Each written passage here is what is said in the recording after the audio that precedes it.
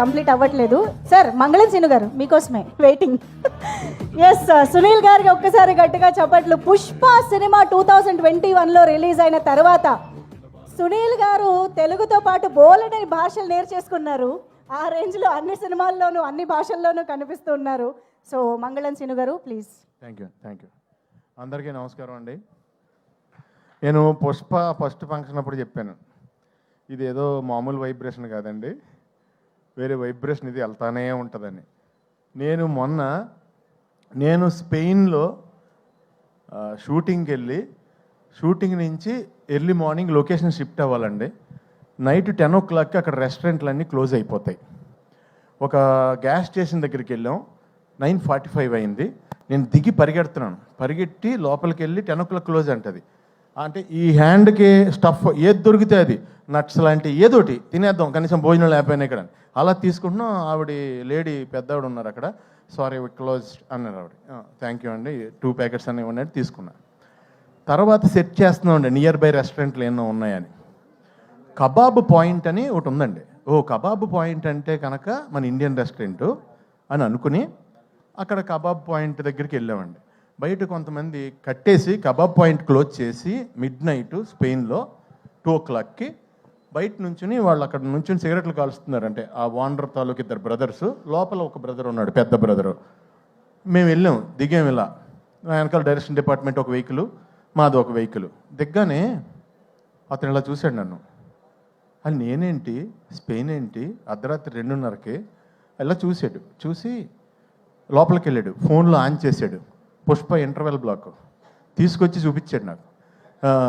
తూ అయినా బై తూ అయినా అని. అది ఎవరిదంటే రెస్టారెంటు, అది Pakistani people restaurant in Spain.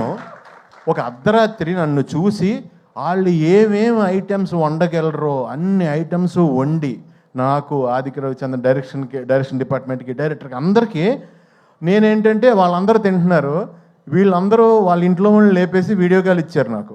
నేనేమో పాకిస్తాన్లో నాకేమో హిందీ రాదు, ఉర్దూ రాదు. నమస్తే G, thank you G, Phir మిలేంగే G, ఏం మాట్లాడుతున్నా నాకే తెలియలేదు. అప్పుడు పక్కన ఆకలేస్తుంది. సో డార్లింగ్, అంత దూరం రీచ్ అయిపోయింది. ఎక్కడికి వెళ్ళినా నన్ను చూస్తే పుష్ప. ఈ మాట నేను ఎందుకు చెప్తున్నానంటే, నేను ఫస్ట్ హైదరాబాద్ వచ్చినప్పుడు విలన్గా చెయ్యాలని బాజీగర్లో, డర్లో షారుఖ్ ఖాన్ ఆ బ్లడ్ నోట్లో వేసుకున్న పోజులన్నీ పెట్టి దిల్సుఖ్నగర్ స్టూడియోలో ఫోటోలు దిగాను, కత్తెది పట్టుకుని. ఫోటోలు అంటే దిగిపోయాను, కానీ నేను ఎలా చేస్తానో ఎవరికీ తెలియదు. సో అన్నీ చూపిస్తుంటే నేను మామూలుగా ఎంటర్టైనర్నే, అందుగురించి ఎవరోనే అవునా ఓకే తర్వాత కలువమ్మా అన్నారు. అలాంటిది నువ్వు అంత పెద్ద డైరెక్టర్ డార్లింగ్, ఈయన అంత పెద్ద స్టారు, అలా వైకుంఠపురం సినిమా తర్వాత ఈయన హీరోగా చేసే మూవీలో ఎంత ధైర్యం డార్లింగ్, ఒక కమెడియన్ విలన్గా తీసుకోవడం అంటే కష్టం అది. ఎందుకంటే ఒక పర్సన్ ఇక్కడ ఒక జన్మ తీసుకున్నప్పుడు అతనికి బతికుండగా పునర్జన్మ ఇవ్వడం కష్టం. అది ఎవరి వల్ల అవ్వదు, దానికి చాలా గట్స్ కావాలి. దాన్ని అంత స్టార్ అయ్యుండి ఆయన సపోర్ట్ చేసి నమ్మి సీన్ చేస్తున్నప్పుడు ఫస్ట్ డే వచ్చానండి, నిజం చెప్తున్నా. మొత్తం ఆ స్లాంగ్, నేను నా స్లాంగ్ తప్ప ఇంక వేరే స్లాంగ్ ఎప్పుడు మాట్లాడలేదు లైఫ్లో. అసలు వచ్చి మాట్లాడుతుంటే నేను పంబులు అయిపోయి కంగారు పడిపోయాను. ఎంతో సపోర్ట్ చేసి బన్నీ గారు అన్నారు లేదండి అని, మనం ఇలా సాగదీస్తాం ఇక్కడ లాస్ట్లో. ఇక్కడ అలా కాదండి, ఫస్ట్ సాగదీసి లాస్ట్లో కట్ చేస్తాం. ఇది అంటే చాలా సింపుల్గా నాకు ఒక సూత్రం చెప్పి, నేను ఇంకా మీరు డైలాగ్ పట్టించుకోవద్దండి మీరు చేయండి అంటే, నా ఫస్ట్ టైం, నా ఏజ్ కంటే పెద్ద క్యారెక్టర్, నేను ఎప్పుడు అలాంటివి చేయలేదు.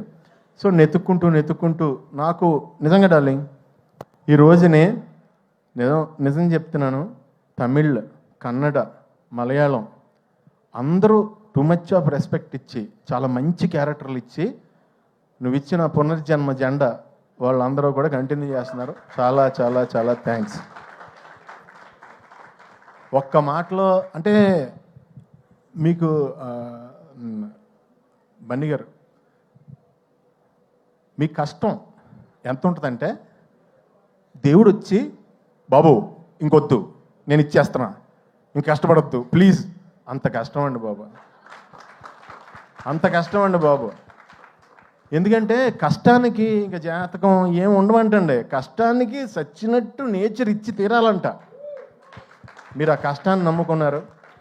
లేకపోతే ఇక్కడ కూర్చుని ఆల్ ఇండియా రేంజ్లో బిగ్గెస్ట్ ఫిలిం కొట్టాలంటే నిజంగా ఎంత కష్టపడాలండి. It's impossible actually. మీరు అందరూ కలిసి పాసిబుల్ చేశారు. మీరు మీ కష్టానికే ఎప్పుడు మీకు దేవుడు 10 ఇంతలు న్యాయం చేయాలని మనస్ఫూర్తిగా కోరుకుంటున్నాను. ఫైనల్గా ఒక లైన్లో ముగించేస్తాను. డార్లింగ్, నేను లోకల్ ప్రొడక్ట్ దానికి ఒక ముద్ర వేసి దాన్ని ఎక్స్పోర్ట్ క్వాలిటీ ప్రొడక్ట్ చేసావు డార్లింగ్. I'm exporting now. చాలా హ్యాపీగా ఉంది. రకరకాల క్యారెక్టర్లు, వెరైటీ క్యారెక్టర్లు చేస్తుంటే ఫస్ట్ ఆర్టిస్ట్గా మార్నింగ్ లొకేషన్కి వెళ్ళగానే ఎంతో హ్యాపీగా ఫీల్ అవుతున్నాను. చాలా thanks darling. Thank you sir Bunny garu. Thank you so much. Wishing you all success forever forever forever. Darling, all the best. Wishing you all success forever forever forever. మా daddy అక్కడే ఉన్నారు, మీ daddy అక్కడే ఉన్నారు. ఆయనకి thanks చెప్పమని చెప్తా. ఓకేనా? Love you.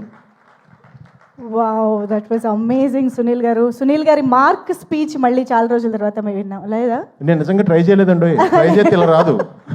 Try చేయలేదు, అనుకుంటే కక్కేసాను అంతే. తెలుసండి, మనసు పొరల్లోంచి ఆటోమేటిక్గా వచ్చింది, అర్థమవుతుంది. Thank you so much. Thank you so much Sunil గారు. మంగళం సీనుగా మాకందరికీ ఎప్పటికీ గుర్తుండిపోయే రేంజ్ పర్ఫార్మెన్స్ని, ప్రెజెన్స్ని అందించినందుకు thank you so much. And now let me welcome Ganesh Acharya master on to the stage.